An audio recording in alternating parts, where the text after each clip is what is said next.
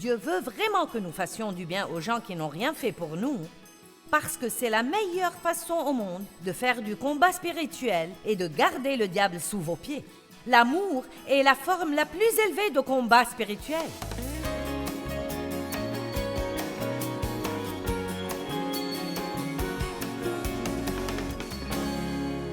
De Timothée,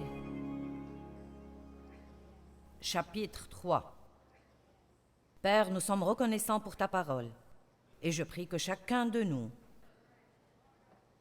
s'en approche ce soir avec humilité, sachant que nous en avons besoin entièrement, qu'elle est juste pour nous. Et je prie que ta parole renouvelle nos pensées et change nos vies, au nom de Jésus. Amen. Verset 1. Sache que, dans les derniers jours, surgiront et s'installeront des temps difficiles de grands troubles, difficiles à gérer et à supporter, car les hommes seront égoïstes et complètement centrés sur eux-mêmes. Maintenant, j'aimerais dire que nous ne parlons que du monde à l'extérieur, que nous ne parlons pas du tout de l'Église ou des chrétiens, mais je pense que nous savons qu'il y a quand même autour de nous quelques chrétiens égoïstes et centrés sur eux-mêmes. Amen. Ce n'est pas vous. Je suis bien consciente que ce n'est pas vous, mais nous voulons prier pour ces chrétiens égoïstes et centrés sur eux-mêmes qui ont encore besoin d'une révélation sur le fait de mourir à soi-même et vivre pour Dieu. Ils sont amis de l'argent, motivés par un désir irrépressible de richesse. Fanfarons, orgueilleux, sacrilèges, dédaigneux, injurieux, blasphémateurs, rebelles à leurs parents, ingrats, sacrilèges. Ils n'auront pas d'affection naturelle. Ils seront insensibles et implacables. Que veut dire cela? Quand les gens sont insensibles, ils peuvent regarder les besoins et ne pas sentir du tout qu'ils devraient être ceux qui essayent d'y remédier. Quelqu'un d'autre devrait faire quelque chose, mais d'une manière ou d'une autre, ce n'est jamais eux. Ils n'admettront aucune trêve ou apaisement. Ils sont calomniateurs, ils accusent faussement, fauteurs de troubles, immoraux, sans frein, cruels, ennemis du bien. Heureusement, ça va s'arrêter dans 2 versets. Parce que ce n'est pas une manière très heureuse de commencer une conférence. Ils sont traîtres, déloyaux, impulsifs, enflés d'orgueil. Ils aimeront leur plaisir sensuel et aimeront leur vain amusement plus que Dieu. Car bien qu'ils gardent la forme extérieure de la piété, ils en renieront et rejetteront la puissance et lui seront étrangers. Arrêtons-nous ici. Car bien qu'ils gardent la forme extérieure de la piété, ils renieront la puissance de cette piété. Bien, quelle est la vraie puissance du message de l'Évangile? C'est le message de l'amour. C'est la chose que Jésus a dite, « Je vous donne un nouveau commandement.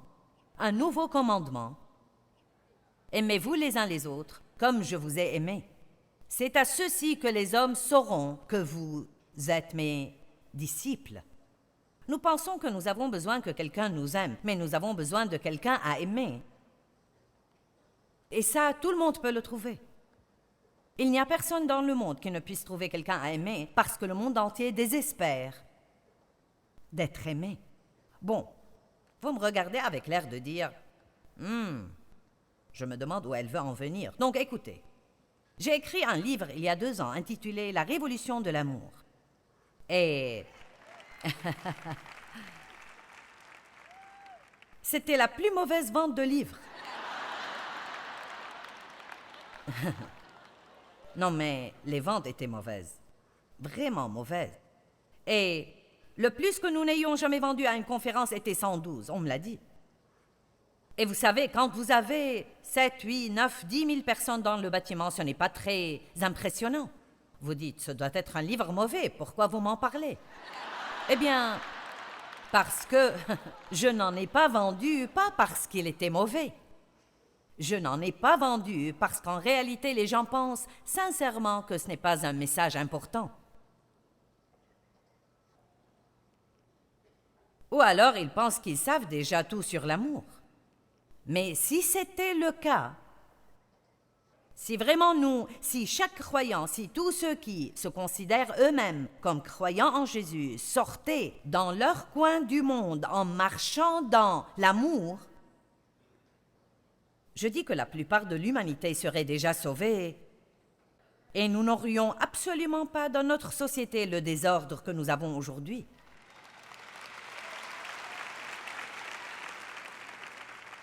Et beaucoup de gens sont intéressés d'avoir une réponse à notre dilemme dans le monde. D'un point de vue spirituel, je crois que la réponse à ce dilemme est vraiment de sortir de notre société et de représenter le Christ, pas juste d'avoir un tas de religions mortes et sèches, mais vraiment d'avoir le caractère de Dieu, développé dans notre vie, marchant avec les fruits de l'esprit, dont la Bible dit qu'aucune loi n'est contre les fruits de l'esprit. Quand nous marchons dans l'amour, il est vraiment impossible pour les gens de trouver quelque chose de mal chez vous. Peut-être ils essayent pendant un temps, mais l'amour fait fondre le cœur le plus dur et le plus froid. Mais ça doit être l'amour véritable. Donc j'appelle la conférence de ce soir. Qu'est-ce que l'amour véritable? Vous savez, il y a des magazines « Amour véritable »,« Vraie histoire d'amour ». Donc, je déduis que s'il y a l'amour véritable, il y a un amour qui n'est pas vrai. S'il y a une vraie histoire d'amour, il y en a une fausse. Donc, la sorte d'amour qui n'est pas bonne est celle dont nous parlons, qui n'a pas d'effet du tout. C'est juste une conversation, c'est juste un sermon. Mais quand il est question de le mettre en œuvre dans nos vies quotidiennes, alors nous déchantons. Donc, vous savez quoi, je suis furieuse contre le diable. Et je vais prêcher sur l'amour ce soir, jusqu'à ce que les gens se lassent de m'entendre prêcher ou bien vont le mettre en pratique.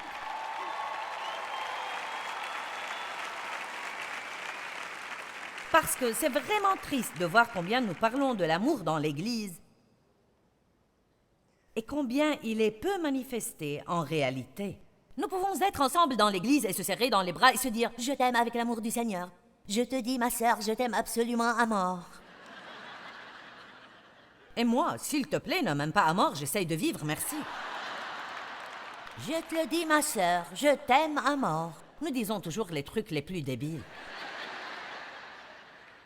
Où étais-tu quand j'avais besoin d'une babysitter? Ou quand j'avais besoin de quelqu'un qui m'aide à déménager?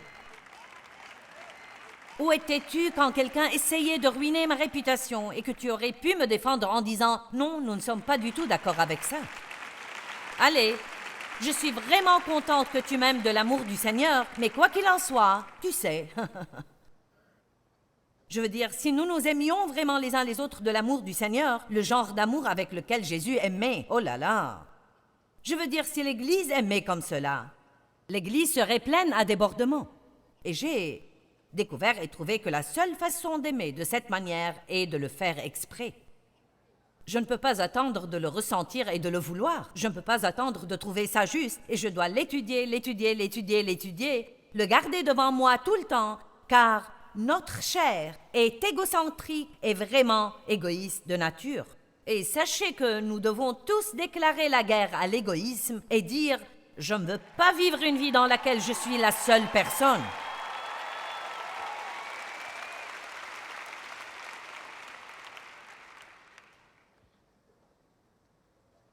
La Bible dit que l'amour est la chose la plus excellente. Regardez 1 Corinthiens 12, verset 31.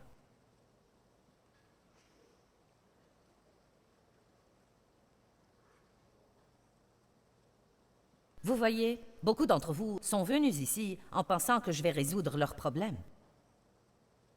C'est le cas.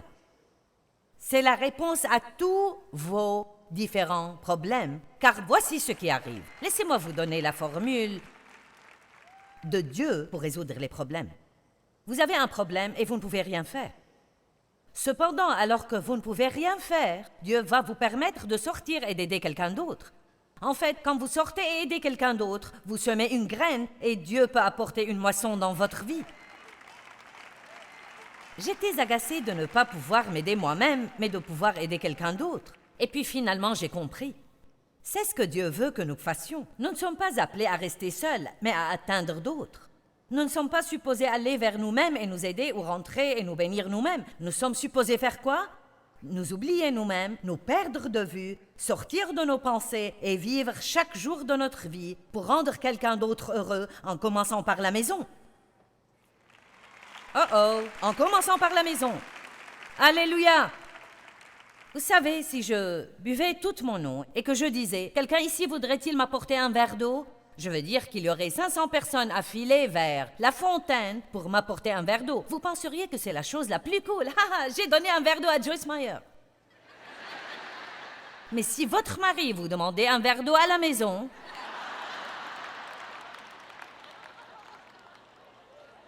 qui crois-tu que je suis, ton esclave? Sers-toi toi-même.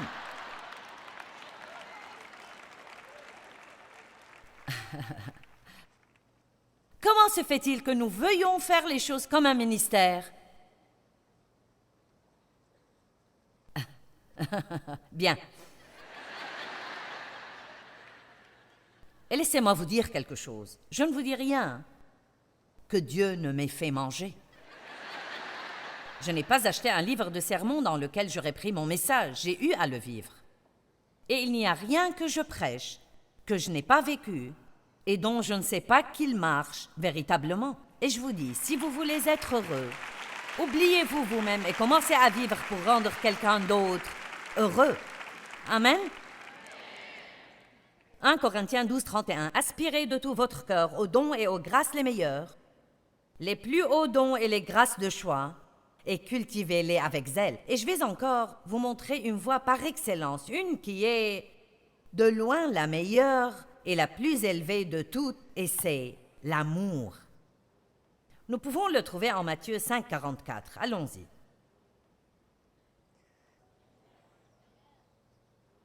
Qui pense qu'il a besoin de cela?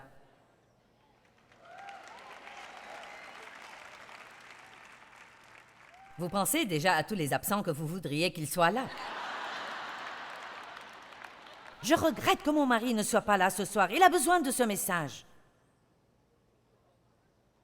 Qui a déjà pensé à quelqu'un que vous voudriez qu'il soit là ce soir? J'aurais aussi aimé qu'il soit ici, mais le fait est que vous êtes ici, et je suis ici, donc nous devons en avoir besoin. Matthieu 5, 44 à 47.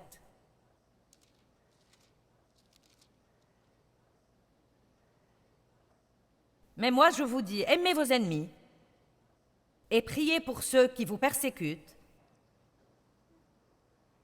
afin de montrer que vous êtes enfants de votre Père, qui est dans les cieux.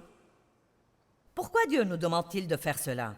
Pour montrer aux gens que nous ne sommes pas normaux, comme les autres gens, mais nous avons quelque chose qui œuvre en nous, qui nous rend capables de faire des choses hors de l'ordinaire. Car il fait lever son soleil sur les méchants et sur les bons, et il fait pleuvoir sur les justes et sur les injustes. Et j'aime cela. En effet, si vous aimez ceux qui vous aiment, quelle récompense aurez-vous? Les péagers aussi n'en font-ils pas autant? Et si vous saluez seulement vos frères, que faites-vous d'extraordinaire? Les païens aussi, eux-mêmes, n'en font-ils pas autant? Donc voici ma question ce soir. Voulons-nous ou sommes-nous capables de demander à Dieu de nous enseigner à aimer de la manière qu'il aime? Parce que si nous aimons de la manière qu'il aime, cela veut dire que nous allons aimer quand ça n'a pas d'intérêt pour nous.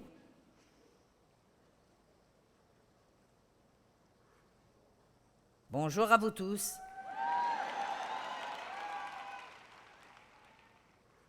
Nous allons aimer quand ça n'a pas d'intérêt pour nous, quand c'est juste un don complètement gratuit. Et je vous le dis par expérience, je sais que cela va gagner les gens au Christ et ça va gagner les personnes les plus dures que vous pouvez imaginer. Si vous me regardez à la télé, alors vous connaissez mon histoire avec mon père, qui m'a sexuellement abusée pendant beaucoup d'années. Ma mère savait ce qui se passait, elle était simplement une femme peureuse qui ne savait pas comment agir avec lui, et donc elle a juste laissé faire, et donc j'étais maltraitée et abandonnée. Longtemps après, des années après que j'ai pensé avoir totalement pardonné, Dieu a mis dans mon cœur, comme ils vieillissaient, que je devais leur acheter une meilleure maison où vivre, prendre vraiment bien soin d'eux jusqu'à leur mort. Et c'était la dernière chose au monde que je voulais faire, car j'ai dit à Dieu, « Et qu'est-ce qu'ils ont jamais fait pour moi? » Il a dit, « Tu respires, n'est-ce pas? » Donc l'idée, c'est que Dieu veut vraiment que nous fassions du bien aux gens qui n'ont rien fait pour nous, parce que c'est la meilleure façon au monde de faire du combat spirituel et de garder le diable sous vos pieds. L'amour est la forme la plus élevée de combat spirituel. Si vous pensez que vous faites quelque chose d'intelligent en restant en colère contre quelqu'un et en essayant de vous venger de lui, c'est absolument la pire chose que nous pouvons faire contre nous-mêmes. Ça empoisonne nos vies quand nous faisons ça et c'est basé uniquement sur des émotions. Je sens, je sens, je sens, je sens. Eh bien, je ne voulais pas acheter à mes parents une maison. J'ai essayé d'acheter une maison bon marché et Dieu a dit « Achète-leur une belle maison ». Et ce n'était pas comme si nous étions très riches pour qu'on achète des maisons aux gens. Ça allait coûter en fait tout ce qu'on avait. Et j'ai pensé, bon, sûrement Dave va me dire non. Comme ça, je m'échapperai. Et il m'a dit, si tu penses que c'est Dieu, tu ferais mieux d'obéir. Et je me disais, je ne veux pas obéir. Pour finir l'histoire rapidement, ça a pris 3 ans. Les emmener chez les docteurs. Vérifier que les factures allaient être payées, que le gazon était tondu, qu'on leur livre leurs courses, les conduire chez le docteur, et ainsi de suite. Et finalement, un matin, ma mère a dit « Ton père a beaucoup pleuré toute la semaine. Il veut que tu viennes, il veut te dire quelque chose. » Toutes ces années, mon père ne s'était jamais excusé auprès de moi. Il n'avait pas admis ce qu'il avait fait.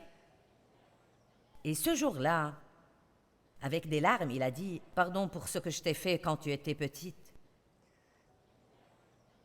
Il a demandé que l'on prie avec lui. Il a reçu Christ. Nous l'avons baptisé 10 jours plus tard. Et j'ai toujours dit « Je croyais que j'achetais une maison, mais en fait, j'achetais une âme. » Et je ne dis pas cela dans un mauvais sens. Nous savons que Christ a payé pour notre salut. Mais vous savez, parfois, disons-le ainsi, une des raisons pour laquelle les gens ne marchent pas dans l'amour, c'est parce que l'amour coûte un effort. Et ça va toujours, comprenez bien, ça va toujours vous coûter quelque chose. Si c'est l'amour véritable, ça vous coûtera toujours quelque chose. Ça va vous coûter du temps, des efforts, même de ne pas commencer une bagarre dans votre maison. Ça va vous coûter votre fierté. Vous allez devoir accepter de ravaler votre fierté et de laisser quelqu'un penser qu'il a raison quand vous avez raison. Mais vous savez que ce n'est pas la peine de commencer à se disputer parce que Dieu a dit de rester en paix. Allez maintenant. Ça va s'améliorer au fur et à mesure de la session. Et il ne s'agit pas de devenir un paillasson. L'amour ne signifie pas que vous laissiez tout le monde vous marcher dessus. Voici ce que ça signifie. Vous confrontez quand Dieu vous dit de confronter et vous l'attendez quand il vous dit de l'attendre. Et j'ai trouvé que quand j'agis ainsi, la plupart du temps, quand Dieu me dit de faire face, je n'aurai rien dit. Et la plupart du temps, quand je veux faire face, il me dit de ne rien dire.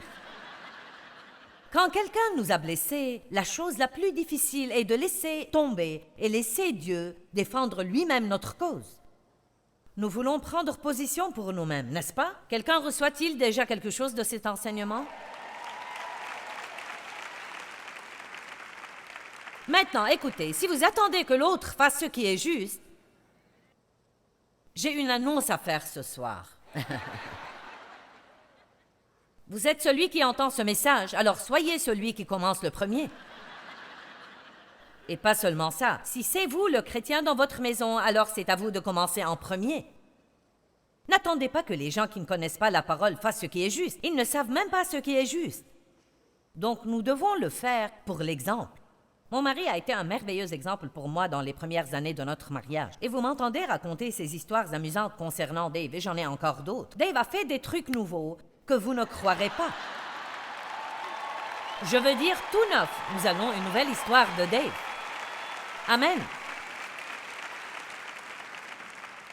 Mais vous voyez, le fait est que quand Dave et moi, Nous sommes mariés. Il était un chrétien fort. Bon, je croyais en Dieu et j'étais née de nouveau quand j'étais enfant, mais je ne savais rien. Et vous savez, peu importe à quel point vous êtes né de nouveau, si vous ne savez rien, vous n'allez pas vous comporter comme il faut. C'est pourquoi il faut étudier la parole. Dave, lui, était un homme de Dieu, fort et très mature, et il était l'homme parfait pour moi car j'avais vraiment besoin de quelqu'un. Non qu'il me parle de Christ, non pas qu'il me dise « Oui, j'aime ces mots, je t'aime beaucoup », mais je ne savais même pas ce que c'était. J'avais besoin que quelqu'un me montre ce que c'était. Et il était le même, quelle que soit la manière dont j'agissais. Je veux que vous compreniez ceci. Peu importe comment j'agissais, il restait le même. Si vous voulez avoir un impact sur les non-croyants dans votre maison ou bien à votre travail, peu importe ce qu'ils font, vous restez le même. C'est ce que Jésus faisait. Il ne changeait pas avec les circonstances, ni était hypocrite avec les gens qui étaient hypocrites. Il restait le même.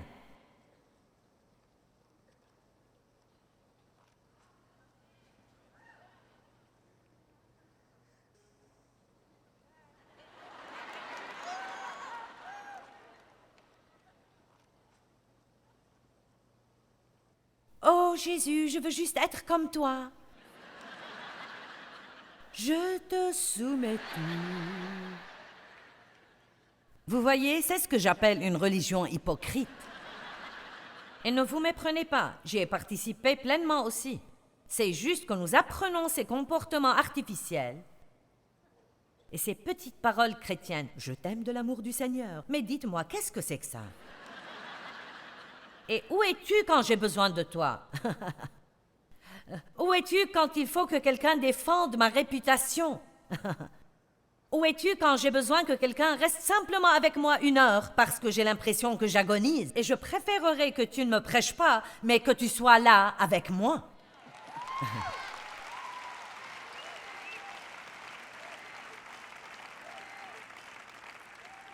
J'appelle ce livre « La révolution de l'amour ». Probablement une erreur parce que les gens ne l'ont pas compris, mais...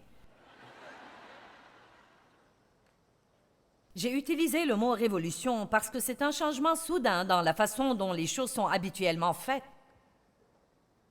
Et si nous n'avons pas besoin d'un changement soudain et radical dans le monde aujourd'hui, je ne sais pas qui en a besoin. Et la seule chose qui, à mon avis, va vraiment changer toute la haine, l'amertume, le ressentiment, la méchanceté, le péché, la misère, l'égoïsme et l'égocentrisme, c'est l'amour complet. Et il va falloir que beaucoup de chrétiens veuillent allumer leur lampe, sortir dans le monde et agir comme Jésus. Ça ne viendra pas en prêchant aux gens tout en ne faisant rien.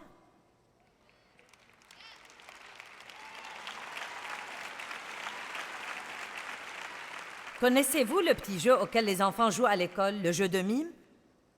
Vous savez, ils prennent une idée et ils la miment, et ensuite ils disent ce que c'est.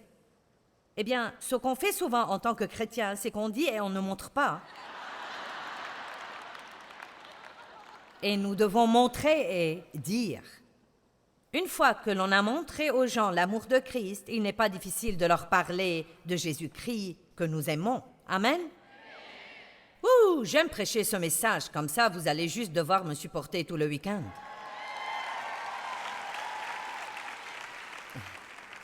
En Matthieu 22, 36, on demande à Jésus, « Quel est le commandement le plus important, le plus grand?